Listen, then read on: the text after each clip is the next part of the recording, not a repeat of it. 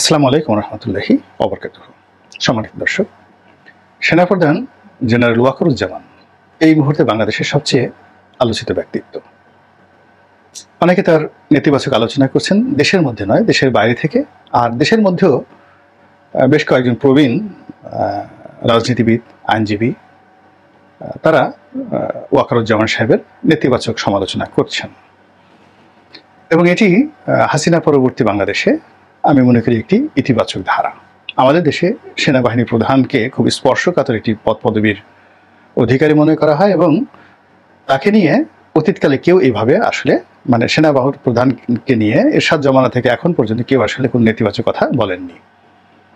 সেই এরশাদের সেই প্রথম সেনাপ্রধান থেকে শুরু করে একেবারে এই ওয়াকারুজ্জামান শেখ হাসিনার অধীন যতদিন ছিলেন ততদিন পর্যন্ত সেনাবাহিনী প্রধান, কোনো জেনারেল, ডিজিএফআইয়ের প্রধান, এমনকি ডিজিএফআইতে যারা কর্মরত থাকেন বা এনএসআইতে যারা কর্মরত থাকেন, এরকম মিডল ক্লাসের যারা কর্মকর্তা, মেজর র্যাঙ্ক বা মেজর তো মিডল ক্লাস নয়, ধরেন কর্নেল পদমর্যাদার যারা কর্মকর্তা, তাদেরকে নিয়েও কিন্তু মানুষ কথা বলতে ভয় পেত। কিন্তু এখন একেবারে সরাসরি সেনাপ্রধানকে নিয়ে নেতিবাচক কথা বলছেন।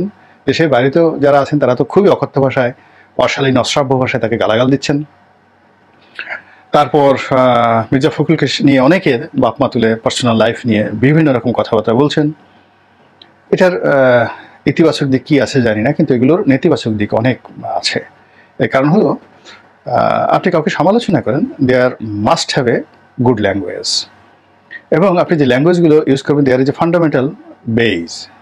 আপনি ধরুন আমার বিরুদ্ধে অভিযোগ করবেন, আমার লেখাপড়া নিয়ে, আমার বংশ নিয়ে, কোনো কিছু নিয়ে আপনার হাতে তথ্য প্রমাণ থাকতে হবে। কিন্তু তথ্য প্রমাণ থাকতে হবে, আর দ্বিতীয়ত হলো আমার সমালোচনা করতে হলে মোটামুটি আমার পর্যায়ের হতে হবে, আদারওয়াইজ তো আপনি আমাকে বুঝতে পারবেন না। তো দেখা গেল যে আমার সে উচ্চ একজন মানুষ, তিনি যদি আমার সমালোচনা করেন, তিনি নিচে নেমে আসলেন। আবার আমার সে যারা ছোট, সব দিক থেকে ছোট, তারা যদি আবার আমাকে নিয়ে সমালোচনা করেন, এটি ওই যে করলো তারই ক্ষতি হয়ে গেল, মারাত্মক ক্ষতি হয়ে গেল। এরকম বাংলাদেশে অহরহ হচ্ছে। তো সেনাপ্রধান ওয়াকারুজ্জামান সাহেবকে নিয়েও বাংলাদেশের নেতিবাচক কথা হচ্ছে। নেতিবাচক কথাগুলো কি? তিনি শেখ হাসিনা নিকটাত্মীয়, তিনি এই মুহূর্তে জামাতের এজেন্ডা বাস্তবায়ন করছেন। অনেকে আরও আগ্রহ প্রকাশ করে বলছেন তিনি একসময় শিবির করতেন, আল্লাহ মাফ করুক। শিবিরের এজেন্ডা বাস্তবায়ন করছেন। জামাতের আমিরকে তিনি কিভাবে পেলেন এবং তিনি বারবার 2-3 বার কেন সেই জামাতের আমিরের নাম নিলেন, এই সমস্ত কথাবার্তা অনেকে বলার চেষ্টা করছেন। তারপরে অনেকে বলার চেষ্টা করছেন যে তিনি পর্দার অন্তরাল থেকে ক্ষমতা যাকে বলে চালাচ্ছেন, আরও তিনি ক্ষমতা লাভ করার জন্য তিনি বসে আছেন, উৎপেতে বসে আছেন, ইত্যাদি নানা রকম কথা। আমি সে সকল কোনো কথায় যাব না। মূল ব্যাপারটা হলো যে তার যারা শোভার্থী রয়েছেন তাদের সংখ্যাও কিন্তু হাজার হাজার, সেনাবাহিনীর ভিতরে আছে, বাইরে আছে, সবারই বক্তব্য। এবং তিনি যখন সেনাপ্রধান হলেন তখন আমি তাকে নিয়ে একটা ভিডিও করেছিলাম, কে এই জেনারেল ওয়াকারুজ্জামান। আমার তখনই মনে হয়েছিল যে তিনি শেখ হাসিনার আত্মীয়, কিন্তু তারপরও তিনি সময় মতো দায়িত্ব পালন করবেন এবং তার হাতেই শেখ হাসিনার যাকে বলা হয় শেষ পরিণতির যে দৃশ্য আমরা দেখতে পাবো, এটি আমি বলেছিলাম এবং সেটি ঘটনা কিন্তু ঘটে গেছে। তো এই যে শেখ হাসিনা তার নিকটাত্মীয়, তিনি আওয়ামী লীগ জমানায় নিয়োগ লাভ করেছেন, কিন্তু এত কিছুর পরও এখন পর্যন্ত পুরো বিষয়গুলো তিনি খুব স্মার্টলি হ্যান্ডেল করছেন টিল নাও। এবং এখন পর্যন্ত সেনাবাহিনীদের মধ্যে কোনো অস্থিতিশীলতা আমরা শুনিনি, কোনো চেইন অফ কমান্ড কোথাও ব্রেক করেছে এরকম কোনো নজির নেই। এবং তিনি রাগ এবং ক্রোধ এবং ক্ষোভের বশবর্তী হয়ে জনাব ওয়াকারুজ্জামান কোনো কথা বলেছেন আমরা এরকম কোনো বক্তব্য শুনিনি।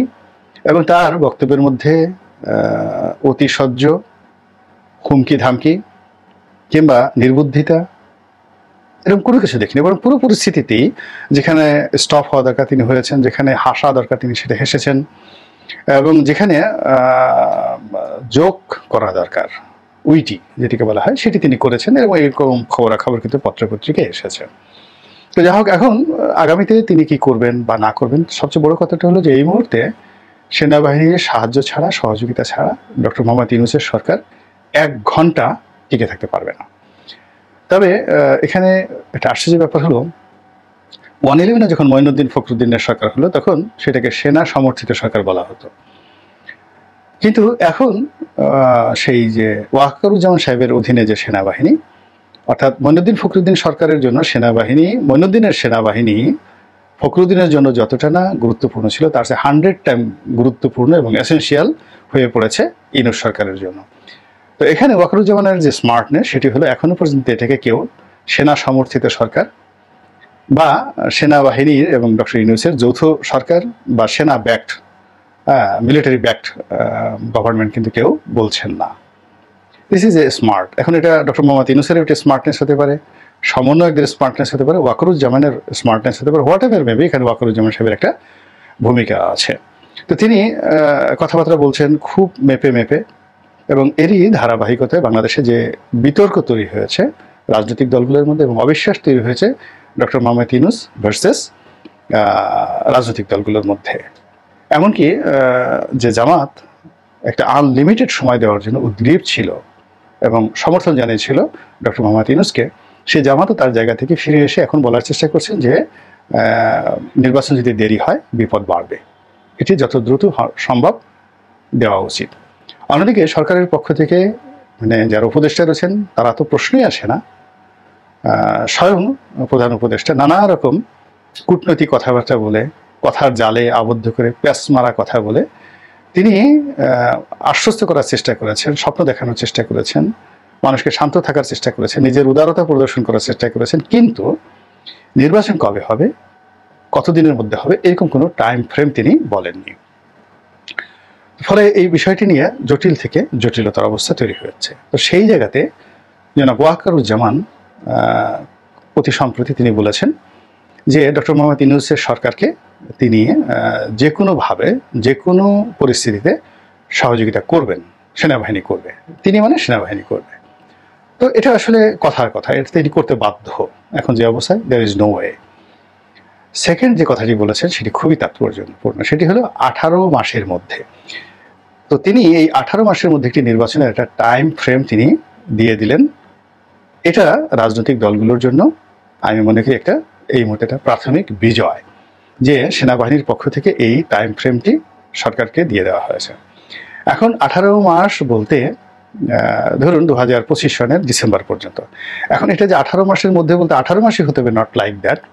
রাজনৈতিক দলগুলো যদি প্রস্তুত থাকে, তারা যদি সরকারকে বাধ্য করতে পারে, তাহলে এটি 18 মাসের জায়গায় বা 1.5 বছরের জায়গায় এটি 1.5 মাসের মধ্যে হতে পারে, 3 মাসের মধ্যে হতে পারে, ইট ডিপেন্ডস অন। কিন্তু এই যে একটা জায়গাতে ওপেন করে দেওয়া হলো যে উইদিন 18 মান্থ, আমি মনে করি যে এটা ওয়াকারুজ্জামান সাহেব যেটি বলেছেন, এইটাকে ইতিবাচকভাবে নিয়ে রাজনৈতিক দলগুলো তাদের প্রস্তুতি তারা নিতে পারে। এখন তারা যত দ্রুত প্রস্তুত হতে পারে, তারা 6 মাসের মধ্যে নির্বাচন যদি হয়, অর্থাৎ 2025 সনের মার্চ মাসে নির্বাচন হয়, সেখানে কোনো অসুবিধা নেই। সেনাবাহিনীর পক্ষ থেকে এরকম একটা গ্রিন সিগন্যাল দেওয়া হয়েছে। তিনি যদি বলতেন যে আমাদের কম করে হলেও 2 বছর পরে নির্বাচন হবে, আমাদের কিছু বলার ছিল না, কিন্তু তিনি বলেছেন উইদিন 18 মান্থস। তো it's a very good symptom. এইগুলো একটা। দ্বিতীয়ত হলো বেশ কয়েকজন বুদ্ধিজীবী, রাজনৈতিক বিশ্লেষক, তারা যেটা বলেছেন যে যখন একটা আন্দোলন হয়, মানুষের একটা আবেগ কাজ করে, সহানুভূতি কাজ করে, কিন্তু কোনো অবস্থাতে এই আবেগ আসলে 1 বছরের বেশি থাকে না। যে কোনো এই ধরনের সরকার, মানে যেটাকে ট্রানজিশনাল সরকার বলা হয়, আমরা যেটাকে অন্তর্বর্তীকালীন সরকার বলেছি, মধ্যবর্তী সরকার বলছি, তত্ত্বাবধায়ক বলছি, যে হোয়াট এভার মেবি, এটিকে ইংরেজিতে ট্রানজিশনাল গভর্নমেন্ট বলাটাই শ্রেয়।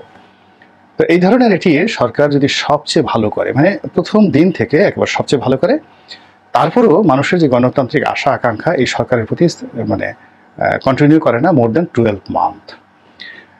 তো সেই ক্ষেত্রে ডক্টর মোহাম্মদ ইউনূস যদি সবচেয়ে প্রথম দিন থেকে ভালো করতেন, তাহলে তারও পরিণতি হতো নট মোর দ্যান 1 ইয়ার। আপনি দেখুন, 7ই নভেম্বরের পর জিয়া রহমান সাহেব যখন ক্ষমতায় এলেন 1975 সনে, তারপর যখন সামরিক শাসন এলো, তখন সারা বাংলাদেশের তছনছ, সামরিক শাসন দিয়েও কিন্তু পরিস্থিতি নিয়ন্ত্রণ করা যায়নি। ফলে কি হলো, নির্বাচন দিতে হয়েছিল। প্রথমে হানা ভোট, খুব অল্প সময়ের মধ্যে হানা ভোট, তারপরে রাষ্ট্রপতি নির্বাচন, তারপরে সংসদ নির্বাচন, অর্থাৎ 79 সনের মধ্যেই কিন্তু এই তিনটি নির্বাচন জিয়া রহমান সাহেবকে দিতে হয়েছিল। আবার এরশাদ সাহেব এলেন এসে নানা রকম তিনি সামরিক শাসন, রাজনৈতিক দল ইত্যাদিতে নানা রকম করে সর্বোচ্চ শক্তি প্রয়োগ করেও কিন্তু তিনি থাকতে পারেনি, তাকে কিন্তু ৮৬ সনে নির্বাচন দিতে হয়েছিল।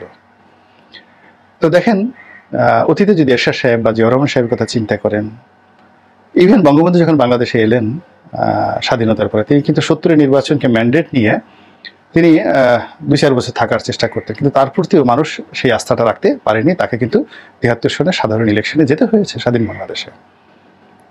এখন ইনু সাহেবের ক্ষেত্র যদি সব অবস্থায় তিনি খুব ভালো করতেন, তাহলে ১ বছর তার প্রতি মানুষ থাকতো।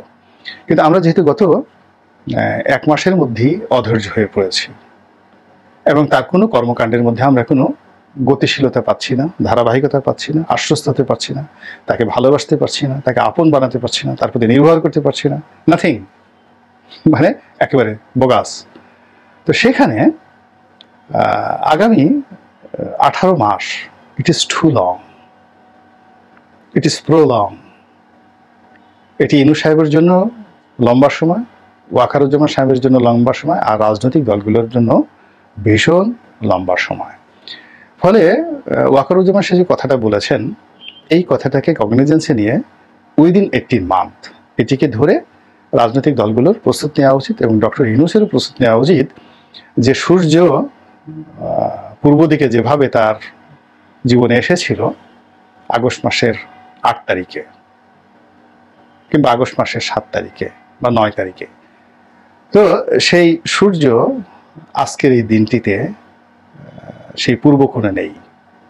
সূর্য উদিত হয়েছে এবং সেই সূর্যকে কেন্দ্র করে অনেকগুলো মেঘ, অনেকগুলো ঝড়ো হাওয়া, অনেকগুলো ছায়া প্রচ্ছায়া সূর্যকে ঘিরে ফেলেছে। ফলে তার সেই সুদিন এখন আর নেই। কাজেই জেনারেল ওয়াকারুজ্জামান যে উইদিন 18 মান্থ, মানে 18 মাসের মধ্যে নির্বাচন, এটি মধ্যে যে মেসেজ আছে, বার্তা আছে, এই বার্তাটি ডক্টর মোহাম্মদ ইউনূস যত দ্রুত বুঝতে পারবেন এবং তার যারা উপদেষ্টা মণ্ডলী রয়েছেন তারা যত দ্রুত বুঝতে পারবেন, ততই আমাদের সকলের জন্য মঙ্গল। আল্লাহ আমাদের সবাইকে হেদায়েত দান করুন এবং হেফাজত করুন। আসসালামু আলাইকুম ওয়া রাহমাতুল্লাহি ওয়া বারাকাতুহু।